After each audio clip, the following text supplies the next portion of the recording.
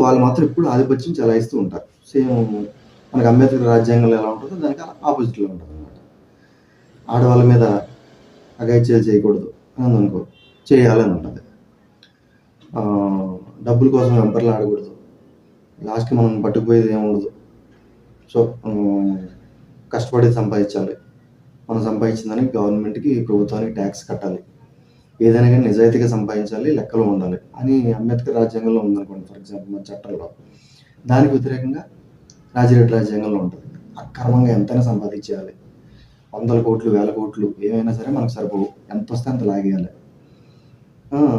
అలాగుంటదనమాట. భూములు ఆక్రమించేయాలి.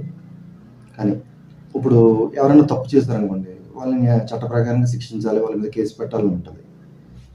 రాజిరెడ్డి రాజ్యాంగంలో ఏముంటదంటే తప్పు చేసి ఎవడైతే బాధింపబడతాడో వాడి మీద